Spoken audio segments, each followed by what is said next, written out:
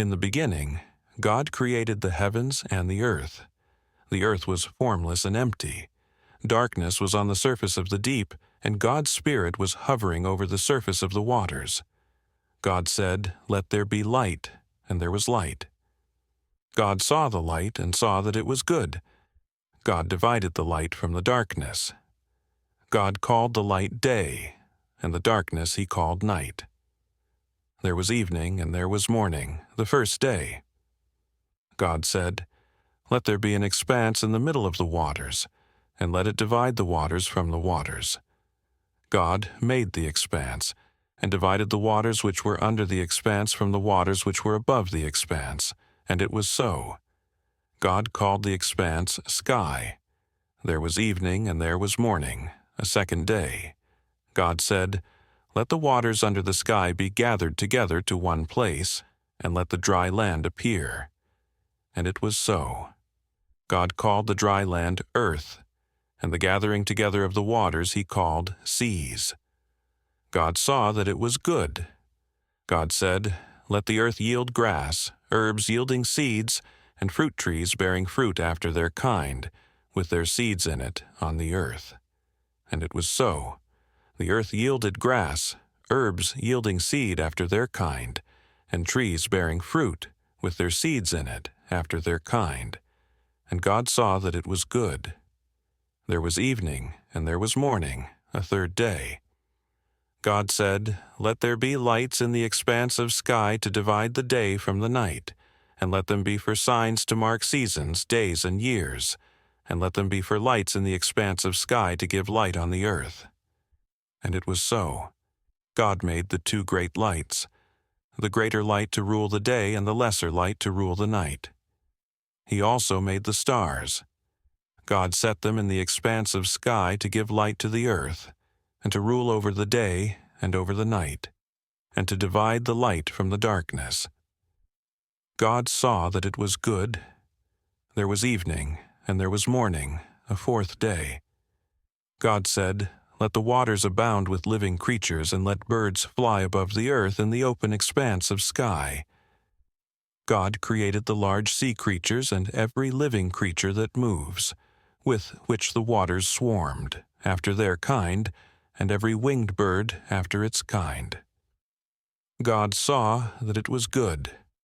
God blessed them, saying, "Be fruitful, and multiply, and fill the waters in the seas, and let birds multiply on the earth." There was evening, and there was morning, a fifth day. God said, "Let the earth produce living creatures after their kind, livestock, creeping things, and animals of the earth after their kind." And it was so. God made the animals of the earth after their kind, and the livestock after their kind, and everything that creeps on the ground after its kind. God saw that it was good. God said, "Let us make man in our image, after our likeness, and let them have dominion over the fish of the sea, and over the birds of the sky, and over the livestock, and over all the earth, and over every creeping thing that creeps on the earth." God created man in his own image. In God's image he created him, male and female he created them. God blessed them. God said to them, "Be fruitful, multiply, fill the earth, and subdue it. Have dominion over the fish of the sea, over the birds of the sky, and over every living thing that moves on the earth." God said, "Behold, I have given you every herb yielding seed, which is on the surface of all the earth, and every tree which bears fruit yielding seed. It will be your food. To every animal of the earth, and to every bird of the sky, and to everything that creeps on the earth, in which there is life, I have given every green herb for food." And it was so. God saw everything that he had made, and behold, it was very good. There was evening and there was morning, a sixth day. The heavens, the earth, and all their vast array were finished. On the seventh day God finished his work which he had done, and he rested on the seventh day from all his work which he had done. God blessed the seventh day and made it holy, because he rested in it from all his work of creation which he had done. This is the history of the generations of the heavens and of the earth when they were created, in the day that Yahweh God made the earth and the heavens. No plant of the field was yet in the earth, and no herb of the field had yet sprung up, for Yahweh God had not caused it to rain on the earth. There was not a man to till the ground, but a mist went up from the earth and watered the whole surface of the ground. Yahweh God formed man from the dust of the ground, and breathed into his nostrils the breath of life, and man became a living soul. Yahweh God planted a garden eastward in Eden, and there he put the man whom he had formed. Out of the ground Yahweh God made every tree to grow that is pleasant to the sight, and good for food, including the tree of life in the middle of the garden, and the tree of the knowledge of good and evil. A river went out of Eden to water the garden, and from there it was parted, and became the source of 4 rivers. The name of the first is Pishon. It flows through the whole land of Havilah, where there is gold, and the gold of that land is good. Bdellium and onyx stone are also there. The name of the second river is Gihon. It is the same river that flows through the whole land of Cush. The name of the third river is Hiddekel. This is the one which flows in front of Assyria. The fourth river is the Euphrates. Yahweh. God took the man and put him into the garden of Eden to cultivate and keep it. Yahweh God commanded the man, saying, "You may freely eat of every tree of the garden, but you shall not eat of the tree of the knowledge of good and evil, for in the day that you eat of it, you will surely die." Yahweh God said, "It is not good for the man to be alone. I will make him a helper comparable to him."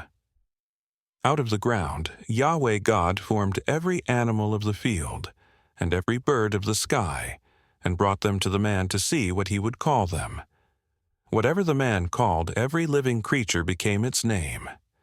The man gave names to all livestock, and to the birds of the sky, and to every animal of the field. But for man there was not found a helper comparable to him, Yahweh. God caused the man to fall into a deep sleep. As the man slept, he took one of his ribs and closed up the flesh in its place. Yahweh. God made a woman from the rib which had taken from the man, and brought her to the man. The man said, "This is now bone of my bones and flesh of my flesh. She will be called woman, because she was taken out of man. Therefore, a man will leave his father and his mother, and will join with his wife, and they will be one flesh." The man and his wife were both naked, and they were not ashamed. Now the serpent was more subtle than any animal of the field which Yahweh God had made. He said to the woman, "Has God really said, 'You shall not eat of any tree of the garden'?" The woman said to the serpent, "We may eat fruit from the trees of the garden, but not the fruit of the tree which is in the middle of the garden. God has said, 'You shall not eat of it, you shall not touch it, lest you die.'" The serpent said to the woman, "You won't surely die, for God knows that in the day you eat it, your eyes will be opened, and you will be like God, knowing good and evil." When the woman saw that the tree was good for food, and that it was a delight to the eyes, and that the tree was to be desired to make one wise, she took some of its fruit and ate, and she gave some to her husband with her, and he ate it too. Their eyes were opened, and they both knew that they were naked. They sewed fig leaves together and made coverings for themselves. They heard Yahweh God's voice walking in the garden in the cool of the day, and the man and his wife hid themselves from the presence of Yahweh God among the trees of the garden. Yahweh God called to the man and said to him, "Where are you?" The man said, "I heard your voice in the garden, and I was afraid, because I was naked, and I hid myself." God said, "Who told you that you were naked? Have you eaten from the tree that I commanded you not to eat from?" The man said, "The woman whom you gave to be with me, she gave me fruit from the tree, and I ate it." Yahweh God said to the woman, "What have you done?" The woman said, "The serpent deceived me, and I ate." Yahweh, God, said to the serpent, "Because you have done this, you are cursed above all livestock, and above every animal of the field. You shall go on your belly, and you shall eat dust all the days of your life. I will put hostility between you and the woman, and between your offspring and her offspring. He will bruise your head, and you will bruise his heel."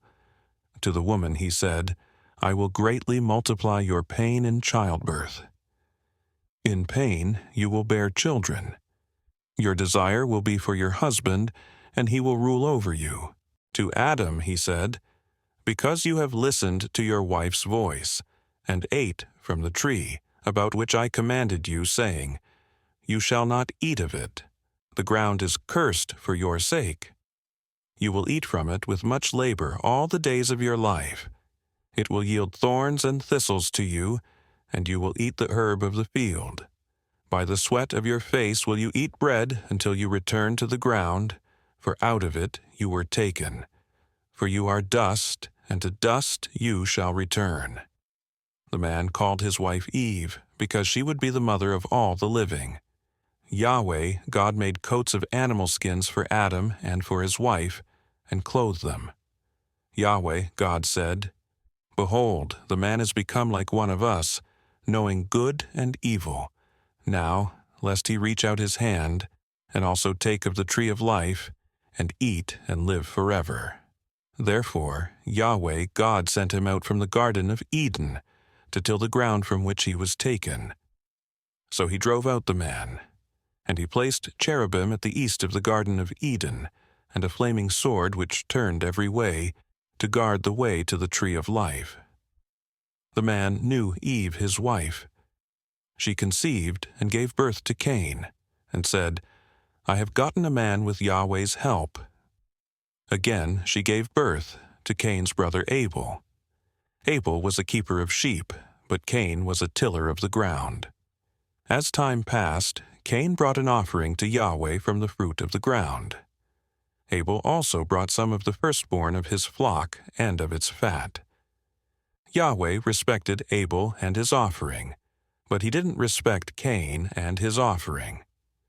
Cain was very angry, and the expression on his face fell. Yahweh said to Cain, "Why are you angry? Why has the expression of your face fallen? If you do well, won't it be lifted up? If you don't do well, sin crouches at the door. Its desire is for you, but you are to rule over it." Cain said to Abel, his brother, "Let's go into the field." While they were in the field, Cain rose up against Abel, his brother, and killed him. Yahweh said to Cain, "Where is Abel, your brother?" He said, "I don't know." "Am I my brother's keeper?" Yahweh said, "What have you done?" "The voice of your brother's blood cries to me from the ground.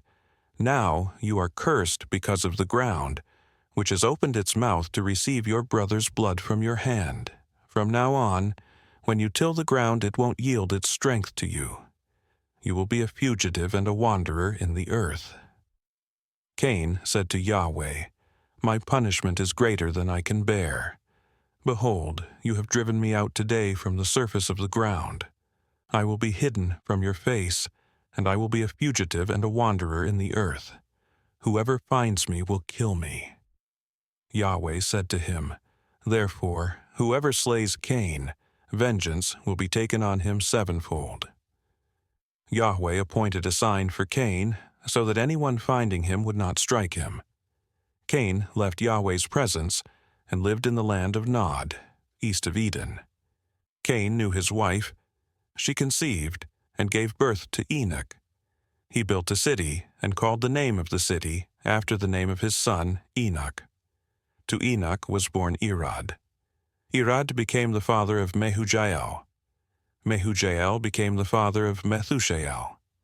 Methushael became the father of Lamech. Lamech took 2 wives. The name of the first one was Ada, and the name of the second one was Zillah. Ada gave birth to Jabal, who was the father of those who dwell in tents and have livestock. His brother's name was Jubal, who was the father of all who handle the harp and pipe. Zillah also gave birth to Tubal-Cain, the forger of every cutting instrument of brass and iron. Tubal-Cain's sister was Naamah. Lamech said to his wives, Adah and Zillah, hear my voice. You wives of Lamech, listen to my speech, for I have slain a man for wounding me, a young man for bruising me. If Cain will be avenged 7 times, truly Lamech 77 times. Adam knew his wife again. She gave birth to a son and named him Seth, saying, For God has given me another child instead of Abel, for Cain killed him. A son was also born to Seth, and he named him Enosh. At that time men began to call on Yahweh's name. This is the book of the generations of Adam. In the day that God created man, he made him in God's likeness. He created them male and female, and blessed them. On the day they were created, he named them Adam. Adam lived 130 years, and became the father of a son in his own likeness, after his image, and named him Seth.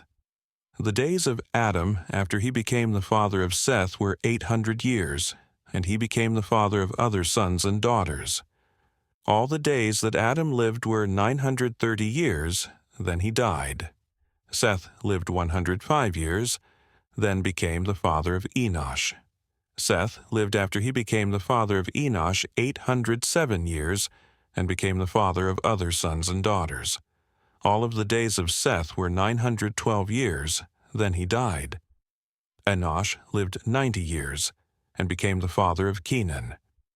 Enosh lived after he became the father of Kenan 815 years, and became the father of other sons and daughters.